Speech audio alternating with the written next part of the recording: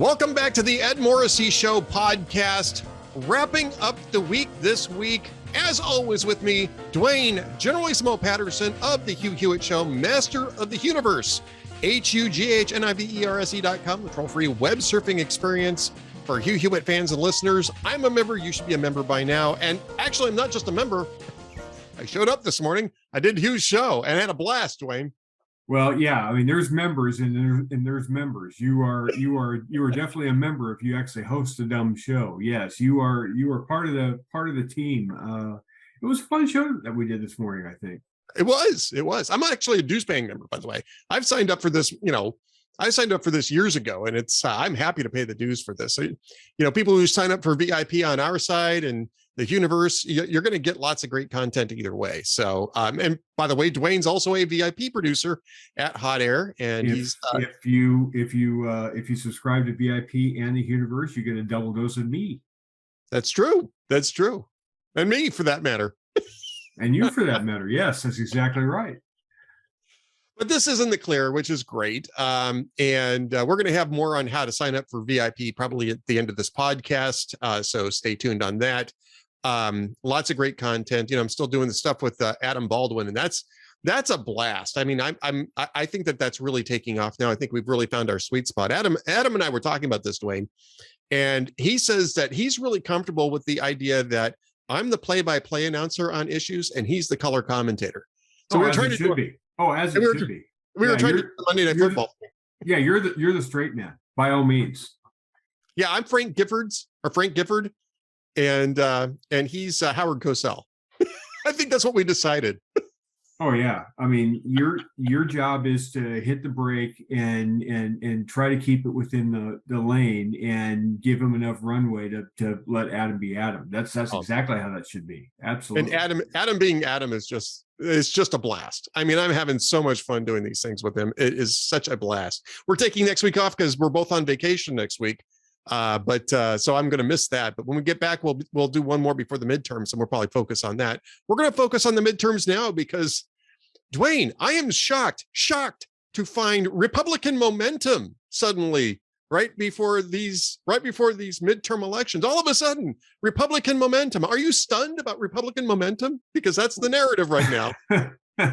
Well, see, here's the thing: it's one of three things, right? It's either one, the polls are moving towards the Republicans in the closing weeks because there is a genuine surge, and all the independents are breaking towards the Republicans because of economic issues and people paying attention, and they're finally saying, okay, I've had it. I just spent $200 in gas. I just spent $300 for what used to cost me under $200 for grocery bills. I've had it. We got to have a change. And it's all last minute break towards Republicans. That's one possibility. The second possibility is it was always this direction, and the right pollster and media cabal was trying to do a Jedi mind trick and will it to be so that it wasn't going to be so bad, and will Republicans to, well, damn it, if we can't have a wave in this kind of a year because the polling's showing it's not making any difference, well, damn it, I might as well not even vote. So there's that narrative, and the media saying, okay, well, that didn't work.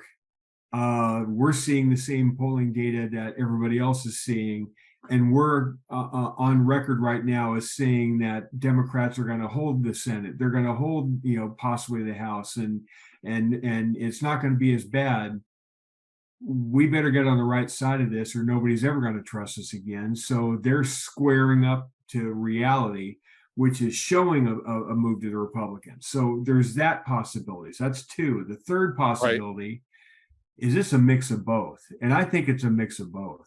I think any undecideds are no longer undecided. I don't think there's an undecided in this midterm left in America. I think if there was any undecideds over the last 2 weeks, they broke the Republican way.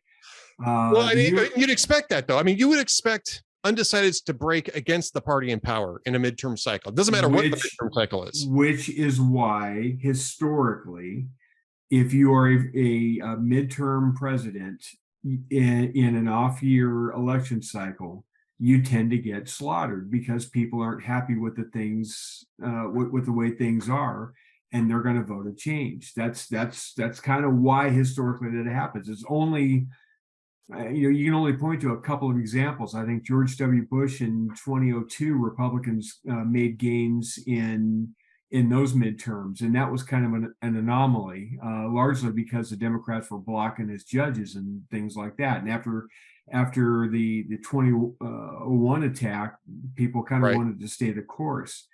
But outside of that, historically, presidents in their first congressional midterm, they get hammered. Well, and there's a reason for that. Now, I forget where I was reading this. It's worth keeping in mind, too, that it applies in this cycle, is that generally speaking, presidents in their first term are usually coming into a friendlier Congress, right, with a mandate, to do whatever it is that they campaign to do. And they tend to overreach because almost always they misread the mandate. I mean, almost always, right? They overreach, they misread the mandate in a particular way. And boy, did they do that this time around. Yeah, I mean, this the mandate steroids. The mandate to Joe Biden and the mandate to the Democrats was to do one thing and one thing only. They only had a mandate to do one thing: don't be Trump. Yeah, don't be Donald Trump. That was it. That was their entire mandate. Leave everything else alone. Be a caretaker. Don't do anything. Don't touch anything. Just don't be Trump. Yeah, and they should have gotten a signal on that when Democrats actually lost seats in the House. They lost, I think, what was it, somewhere between 12 and 14 seats in the House in a cycle that elected a Democratic president, first-term Democratic president. Right. And they only had a 5-seat majority in the House. Right, but they governed like they had, a 50-seat majority in the House and a 60 seats in the Senate. And so, yeah, lots of overreach. That applies too. But I think it's more than that. And that's the reason why I'm still a little skeptical that this is a sudden shift. I think most of this has been there all along. I think that there's a cultural overreach that's going on here. I think that there is a cultural arrogance that is actively burning down the credibility of the Democrat Party. And we started seeing it last year in Virginia and New Jersey. Yes. And it didn't show up in the polls. Yeah. I think pollsters have consistently underestimated how pissed off suburban parents are across the country. Parents, I can't remember which poll it was, but there was a poll this week that surveyed households with kids, parents with kids. And it's staggering how much Republicans are favored over Democrats because of the education issue. Pollsters have consistently missed that because I don't think parents are talking to pollsters. It's going to be a wipeout on economic grounds, which is a top line issue. But if you really want to look at the engine that's helping drive that wave, it's not just gas prices. It's not just the obvious stuff. It's parents that are pissed off. I've said this on and off for the last couple of weeks, and it's no less true today than it was then. We are seeing an election cycle that we have not seen in my adult lifetime. We have seen cycles where there is a wave for one side or the other because one party is perceived by the electorate, a good chunk of the electorate, as either effing with them personally, effing with their livelihood, or effing with their kids. With their kids especially.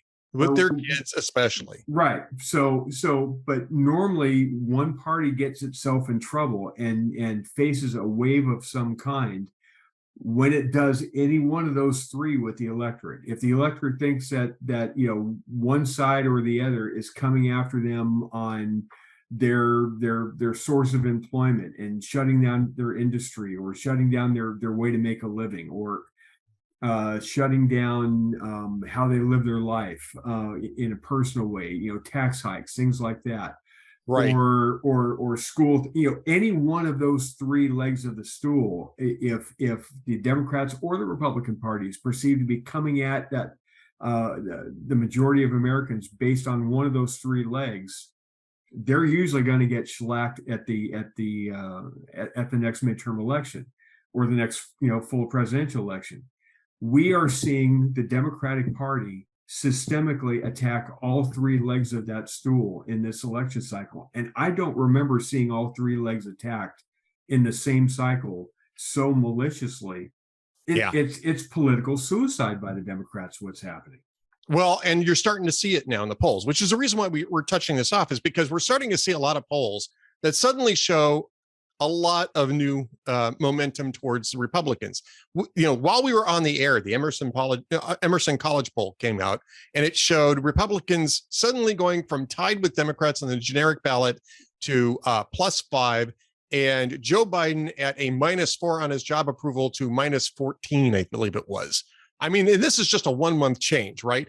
Now, Emerson is usually not a bad pollster, and I don't necessarily want to bag on the pollsters. I was reminded by a friend of mine today that most of the problems with polling analysis are the analysts rather than the pollsters. But that's an awfully large jump in a single month without really there wasn't really, I mean, it wasn't like suddenly, there was some sort of sudden change in the environment. I mean, inflation's been the same, everything's been the same, but all of a sudden the polls look worse. And you can chalk that up to, well, people are coming home on the issues. I don't think that was it. I'm suspicious of that.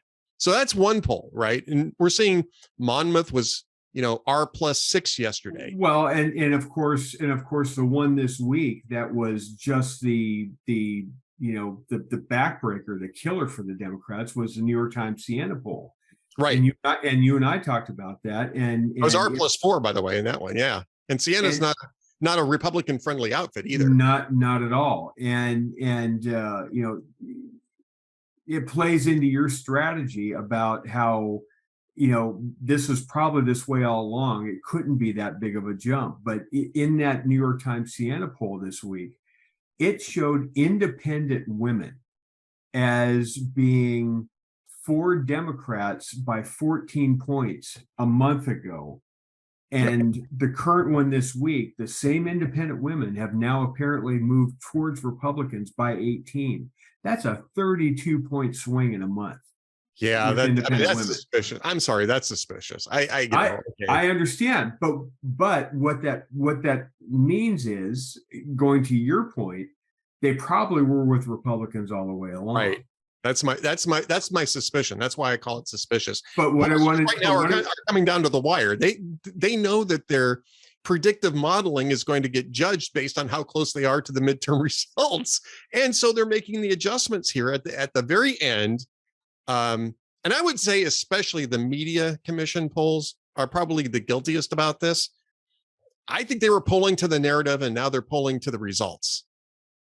Yes, I think so too. Now, you mentioned the generic ballot that Emerson came out with today at Republicans +5. Sean Trendy, who is an absolute data cruncher over at Real Clear Politics. Yeah, right? Really good guy. Yep. Really good guy. We both know him, friend of ours, and he is just a numbers guy. He crunches the numbers, right?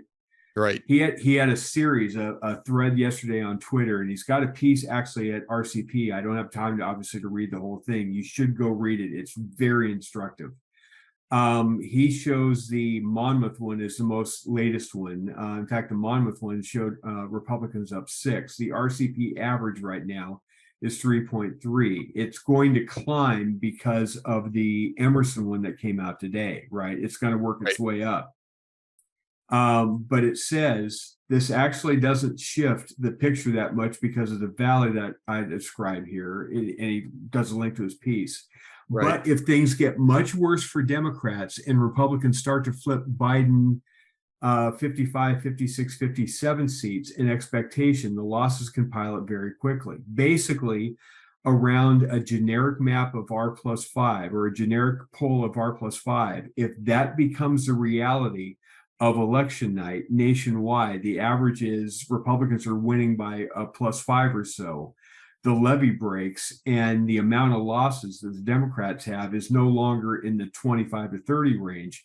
It's in the 45 to 50 range. There is a huge jump of seats that are available to flip that were previously thought not in the range of flipping, when the generic average is R+3 or 3.5 or 4. You get to R+5 and you go from 30 seats flipping to 55 seats flipping. Right. So let me point out a couple of state polls too, because I think this is interesting. First off, as we've been talking, Interactive Polls just tweeted this result out from Florida, the Florida poll by FAU, right? Okay. Governor Ron DeSantis, 51-40 over Charlie Crist, 11 points. Senate, Marco Rubio over Val Demings by 6, 48-42. And then they do presidential polling. Joe Biden loses both to Ron DeSantis and to Donald Trump in this poll, by the way. Oh, yeah. But yeah. DeSantis 11 points over Charlie Crist. Now, that to me sounds like where the race was probably heading all along. And it helps that do you know how it helps that Ron DeSantis has been handling Hurricane Ian so well that the media has stopped talking about Hurricane Ian. Do you know how I know? Do you know how I know that 11 points is probably accurate? Do you know who quit today? Well, his campaign manager quit for family reasons. That was last night, right? Chris' campaign manager. I should be specific. Charlie Crist campaign manager quit last night, 2 weeks before the election. What shock? Now, citing family reasons, needs to go spend more time with his family 2 weeks before an election. Yeah, well, you know, he probably does. He probably does. So, Florida Atlantic University. That's FAU is Florida Atlantic University. Right. That I think is their first poll that's come out in this. But I mean, you take a look at the other polls in here. Crist hasn't led a poll since the St. Pete poll in early August, and that was an outlier, right? Crist hasn't led a poll. Crist hasn't led a poll in Florida since Whistler was a pup. Well, he won a congressional race there, so you know you got to give him that. But that's probably the only place he's leading is in his old congressional district. And I'm not even sure that that's the case. I mean, Mason-Dixon also had it at 11 points. Siena, and this is almost a month ago, had DeSantis up 8. And I think after Hurricane Ian, of course, I think that Floridians are probably going to give him a boost just simply because the state seems to have handled the hurricane exceptionally well. I have been asked, you know, since the big question that all of us pundits keep getting asked, I'm sure you get asked, I get asked this all the time, is, you know, people want to know how big the wave's going to be, number one, and if there's a bellwether to look for, if there's somewhere on the East Coast a race to follow and track that might be a canary in the coal mine to see how good of a night it's going to be, right? Yeah. And it won't be DeSantis. DeSantis is going to crush Crist. We knew that all along. So right. So you tell me what your race is, and I'll tell you what my race is to look as the bellwether. Well, I'll tell you that I think it's probably going to be either the Michigan gubernatorial race, or maybe even the Minnesota gubernatorial race, because Trafalgar just came back with a tie in Minnesota, where Republicans haven't won in what 16 years. They haven't won a statewide race in 16 years. Well, since Pawlenty, right? Since Pawlenty won re-election in 2006. Last one they won. Yeah. I don't know that I necessarily set that up as a bellwether. I think that, you know, I'll believe a Republican can win a statewide election in Minnesota the first time they do it since 2006. Sure. But I'm kind of interested in this Mers Mitchell research poll that shows Whitmer only up 2 over Dixon in Michigan. And I'm curious as to whether or not even that might be overstating Whitmer's popularity. David Strom is going to have, by the time this comes up, by the time we publish this, David Strom will have had a really good post on midterm momentum in among Republicans. And that's one of the races he's included. He's also including the Minnesota race. I will tell you what race that you don't need to mark off as another race you don't need to mark off as a bellwether, Duane. Okay. Texas. No. There's a Not new at poll all. out. There is a new poll out this morning from the University of Texas and Texas Tribune, which is not necessarily a Republican-friendly series either. UT Texas Trib is a left-leaning publication anyway. Is Robert Francis O'Rourke within 10? No. Is he within 12? Well, he is within 12. He's 11 points down in this UT Texas / Texas Tribune poll, 54-43. Now, the reason why I think this is notable is that the UT Texas and Texas Trib ran this same poll 7 weeks ago, and Beto was within 5 points of Greg Abbott, and Democrats were going, "Oh, here we go. He's the closer. He's closing on Greg Abbott." He was never not that so close. much. He was never that close. No. Can I give you what my bellwether is? Yeah, give us your bellwether. New Hampshire Senate. Yeah, that one's interesting, right? Because that was one that it looked like Republicans had thrown away thanks to Maggie Hassan's Aiken strategy, right? Correct. Floating up the most unelectable Republican to get the nomination. But do you know what the latest interactive poll? Did you see the IA poll that came out this morning, an hour ago? I have not seen it. No. Okay. As of an hour ago, according to this poll, Maggie Hassan is at 49. Don Bolduc is at 47. It's a 2-point race. Yeah. And again, it's a 2-point race in a really bad environment for Democrats too. So bear that in mind as well. And so here's my premise. Watch New Hampshire, because that one will be theoretically decided early. Going into this, Maggie Hassan was supposed to beat Don Bolduc by outside a country mile. By a country mile. Well outside margin of error. Right? Yeah. If Republicans would have nominated Chuck Morse, then that's a real dogfight. And I think Chuck Morse beats her. And I think Easily. the Democrats knew that. That's why they went all in on Bolduc and sided with him, got him the nomination along with some Republicans, and now all of a sudden they're crying mud democracy, but they supported the mud democracy guy. They put millions of dollars into lifting Bolduc over Morse. Chuck Morse, right? Yeah, but they're supposed to beat him like a bongo drum now, right? And all of a sudden, it's a 2-point race, and Bolduc Trafalgar 3 weeks ago had it as a 3-point race. Trafalgar was ahead of the curve on this. Trafalgar was. I get it.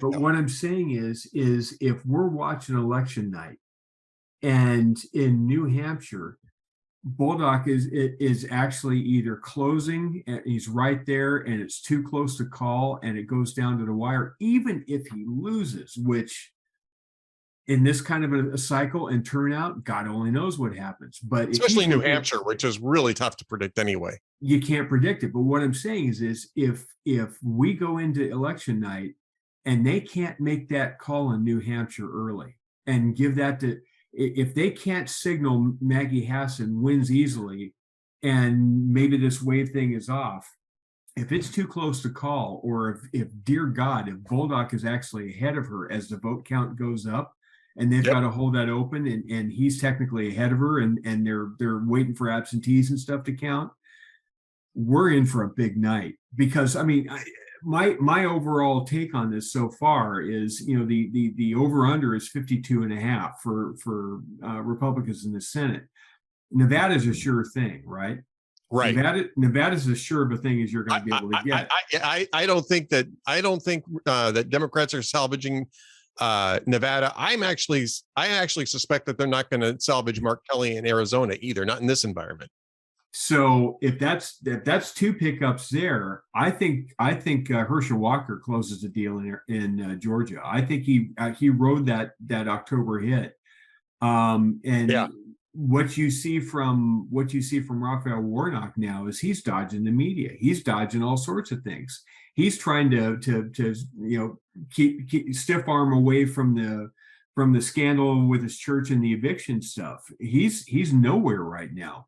And the closing message that Herschel Walker just ran was of Coach Vince Dooley in Georgia. It was a phenomenal ad. Yep. So I think you got to flip there. So you've got three there. If we've got a good night, a good wave, you're talking Colorado comes. If you're talking a great night, then you're looking at Washington flipping, and you've got Smiley. Smiley, yeah. Tiffany Smiley against Patty in Murray, Washington. Yeah. And I mean, if it's a a Noah, not a Noah, a Moses holding back the Red Sea biblical flood about ready to descend. Or Noah's flood. And I know it works in that sense too. Or Noah's flood. Then you've got Bulldog in New Hampshire as well. It's not outside of the realm of possibility, especially if that generic congressional ballot is up to an R+5 and it gets there this weekend and it stays up there close to the election. You could have Republicans with a bloodbath in the Senate. You could have a 56-40 Senate. It's not outside the realm of possibility. No, it's not. No, it's not outside the realm of possibility. And I think Oz comes across the line, even in a moderate wave. I think Oz comes across the line now in Pennsylvania. So they're not going to lose that seat. I think Tim Ryan's going down in Ohio. They're not going to lose. Ron Johnson holds that seat. Oh, Ron Johnson's already up like 5 or 6 points. That was before the wave.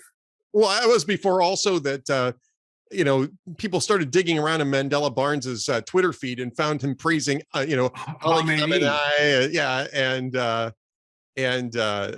Bashar Assad and wanting to work in Havana because of the Castros. This guy's a nutcase. He is a nutcase, and Bud in North Carolina is going to beat Sherry Beasley. I mean, we're going to hold all the seats we need to hold, but I mean, I'm seeing a minimum 2, probably 3, could be 4, outside chance of 5. And if this holds in New Hampshire, that's to me the one to watch. If Bulldog pulls out this thing in spite of not having any money and not having a campaign structure of any seriousness, and just because of the wave, he's got an R next to his name, and New Hampshire says screw it, vote her out. It's Katie bar the door of the rest of the country, right? I mean, yeah, I think so.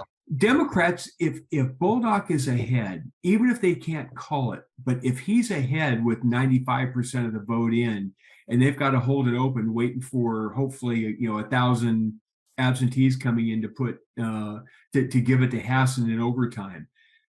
But if that's the case, Democrats are going to dive out the farking window over the rest of the country because of that. Well, what it looks like to me is 2014, right? It does look like 2014. This looks a lot like 2014. And the political environment wasn't even that bad for Democrats in 2014. Because they didn't attack all 3 legs of the stool at the same time. Right. But 2014 turned out to be a very bad cycle, and nobody saw the Senate flip coming, at least not on the scale that it actually flipped. I think Republicans flipped 8 seats in that cycle, and nobody had that one on their bingo card. At least nobody in the media had that one on their bingo card. I don't think we expected it. Right. That's exactly no. I mean, it was a better night than Republicans could have dreamed. Yeah. Another metric that's out there, our friend Josh Kroshauer pointed to, and that is the ad interactive, the one that tracks which parties are spending ad money in different markets, where and when. Right.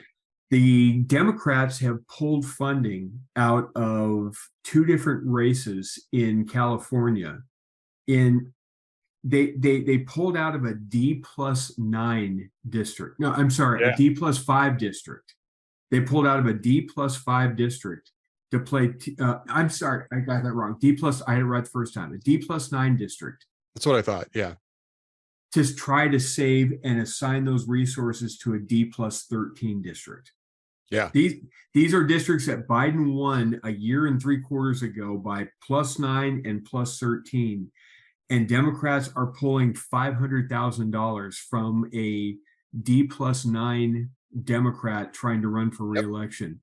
in order to try to firewall a D+13 district. That's not a sign of strength going into the last 2 weeks. Not at all. No. And I mean, you had the Washington Post today. I have a post coming up about this. It's not up as we're speaking, but it'll be up probably shortly thereafter. Washington Post has a piece up today wondering where all the Democrat leadership is at because they're not out on the campaign trail. And, you and I played that clip from Joe Biden. Count it, kid. I've made 15 appearances. We talked about this on the Hugh Hewitt show today too, right?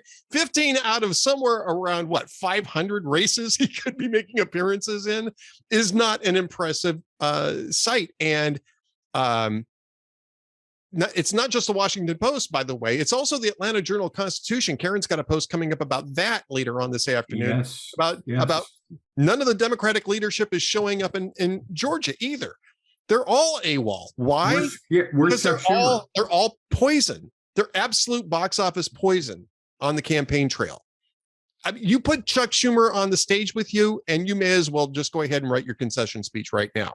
And that's what made the yesterday's appearance by Joe Biden in Pennsylvania so weird. We talked about this today too. In fact, we talked about it at length on the Hugh Hewitt show. It was weird. It didn't make any sense at all, except for desperation by Team Fetterman to distract people from the cognitive issues and the capability issues that are going on there. It was mad. It was mad. It was mutual assured desperation. Well, I like that. Mad. Mutually assured desperation, I think, is a pretty good description of this. Now, I think what happened is that Joe Biden was going to make an appearance in Pennsylvania no matter what. This is a damn the torpedoes. I'm Scranton Joe. I'm showing up in Pennsylvania because, damn it, I know that I'm popular there, which he's not, right? Which is right along with Joe Biden's other smart ideas in office. But Josh Shapiro is running about 8 points ahead of Doug Mastriano, right? And he's running 8 points ahead of Mastriano, and he's running about 400 miles away from Joe Biden, where he's at. Right. So he didn't come within 100 miles of this event yesterday, and for really good reason. But there's Fetterman, who shows up but won't interact with the reporters there because they're there to celebrate at a rally that was intended to lift up John Fetterman, right? I mean, it was strange. I cannot remember. That they must be their internal polling must really be looking bad. I cannot remember another time in American politics that a president comes to campaign for a candidate for something, and at the rally where he comes to campaign for this individual, that individual does not grab the mic and share the stage and share the credibility of the president endorsing him. He didn't say a word. He didn't say a word to the media. He said nothing. His wife said, "We won't be answering questions today," at an event to generate vote turnout for John Fetterman. It was just remarkable. It's bizarre. The whole thing's bizarre. And you and I talked about, after seeing this, there is no way John Fetterman shows up for that debate next week. Now, I'm going to be gone next week, so we won't get a chance to talk about it afterwards. But I will eat my hat if he actually agrees to that debate and does his best and limps through an hour, even with his prompter or whatever else he needs to do to be able to interpret what questions, they got to type out the questions so he can read it. There's no way he's going to do that. And we know how he's not going to do it. The night before, he's going to say, "Boy, I'd love to do this. I tested positive for COVID. I got the COVIDs. Nobody can question it. Nobody can challenge it. Nobody's going to say, "Show me the stick. Show me the actual strip that shows you're positive. Show me the COVID test." That's not how this works in America. If you test positive, all you have to do is say, "I tested positive and I got to self-isolate," and you get a instant pass by all of society, work, school, or otherwise, and you get to stay home and you got a 5-day vacation. Yep. And you don't even have to be symptomatic to get it. You just have to say, I tested positive. I feel fine. I feel great. I'm vaccinated. I'm positive. I don't want to get anybody else sick. So I gotta stay out of things for a while. I gotta think of my other people. So he's going to get the COVID next Wednesday night. It's just going to happen. There's no other logical way for him to get out of this debate and not make a complete and total horse's ass out of himself. Yeah, they're not going to let him on that stage. Not a chance. Not a chance. Now, if I'm Dr. Oz, I go forward with it anyway. Yeah, so that's fine. We'll do it ourselves, and we'll just play clips of what John Fetterman has said in the past on these issues. We'll just bring some receipts, and honestly, show the empty podium. Yeah, and honestly, if he ducks out of the debate for whatever reason, and it's going to be obvious, if he just naturally has COVID, drat the luck, drat the timing, that's nobody's going to buy it. I mean, everybody's going to know what the score is here, and I think he's going to suffer the same fate as Katie Hobbs is facing out in Arizona. Yep. But he doesn't have a choice, because if he does, and he absolutely lays an egg and shows that he can't do the job, the disaster will be worse for him than if he runs and hides. I think he's doomed either way. I really do. I think Pennsylvania polling is underrepresenting Republicans. They've historically underrepresented Republicans in the last 3 election cycles by something like 5.9 points.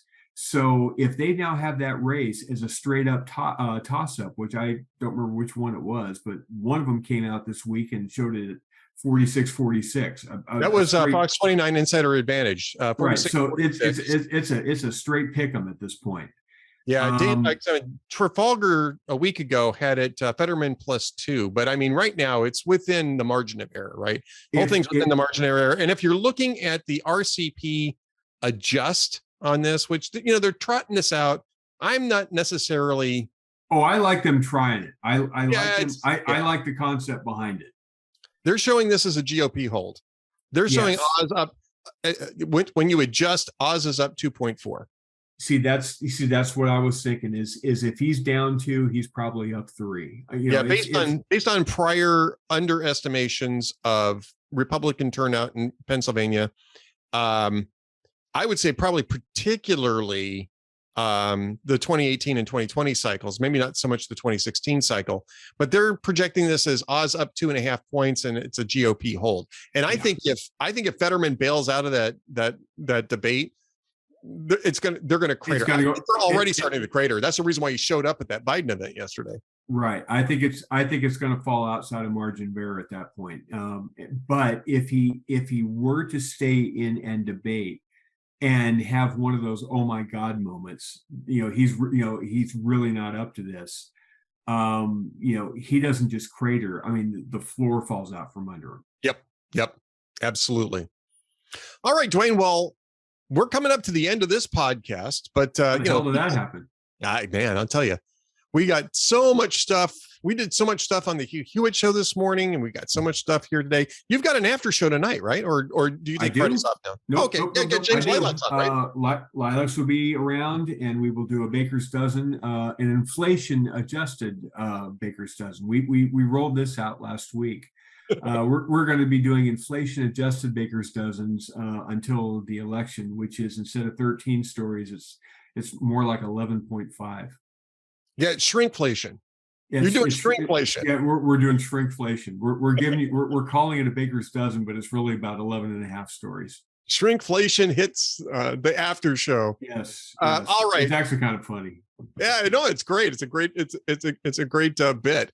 That's coming up tonight at 8 p.m. Eastern time, by the way. If you're a member of the Huniverse, HUGHNIVERSE.com, you can watch this live and or listen to it either way. And you can also go back and listen to my Hugh Hewitt show via the podcasting on the Huniverse. And, since this is Friday, we can't talk about, what's coming up next on the Hugh Hewitt show, but we can tell you got to be a member of the Huniverse, because you do get to watch that live. You get access to all of the different historical episodes of the Hugh Hewitt Show and the after show. And you get a chance to join the chat and have all sorts of fun there. I have a blast in the chat at the Universe. So be sure to do that. Duane, Generalissimo Patterson, I guess we're not going to be doing one next week because I'll be on vacation, but next time out, we'll do another wrap up of the midterms because it'll be the Friday before the big day. Yeah, and I mean, we will have all sorts of fresh data, final closing data, polling out. It's going to be grand. I can't wait. And we will make predictions in the next podcast. A week from now, we'll be making predictions. Our 2 cents will be fully laid out on the table, and we will make all of our calls, all of our picks, state by state. You bet. All right, Duane Generalissimo Patterson. Easy for me to say. Thanks so much for being with us. We will talk to you again next week, sir. See you in a couple of weeks. Stay tuned for one more message from the Ed Morrissey Show. This is Ed Morrissey of HotAir.com for Town Hall. One Democrat candidate for the Senate used Twitter to praise Iranian terror state Supreme Leader Ali Khamenei, wished he could meet with Syrian dictator Bashar al-Assad, and proposed to work in Havana as an American diplomat.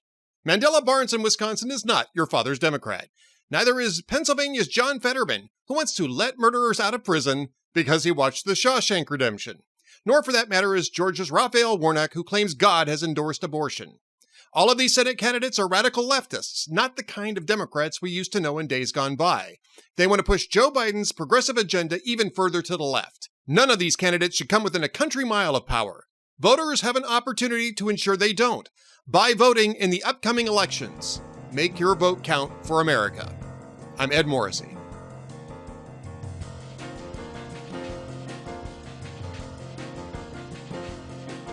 Thank you for watching or listening to the Ed Morrissey Show podcast. You can subscribe to us on YouTube, Spotify, Apple Podcasts, and through the Town Hall Media Player, or you can just come to hotair.com and watch my podcast for free. However, I'd also love to have you join us as members of our VIP and VIP Gold programs.